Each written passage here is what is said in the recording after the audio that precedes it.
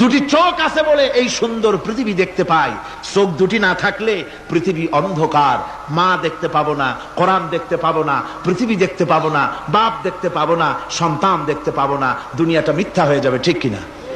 ছোট্ট চোখ, 1 থেকে 1.5 ইঞ্চির ভিতরে এত সুন্দর দুটি ক্যামেরা, যে ক্যামেরা দিয়া দুনিয়ার সব কিছুকে ক্যাচ করা যায়, সব ক্যাচ করা যায়। বলুন তো, এমন একটা বাক্স আপনারা কেউ বানায় দিতে পারবে যে বাক্সের ভিতরে হাতি, ঘোড়া, বাঘ, ভল্লুক, ময়না, টিয়া, পাহাড়, পর্বত, নদ নদী, কীট পতঙ্গ, তরু লতা, গাছপালা, গোষ্ঠী শুদ্ধা ধরবে, আরো খানিকটা জায়গা বাকি থাকবে, এরকম একটা বাক্স কেউ বানায় দিতে পারবে?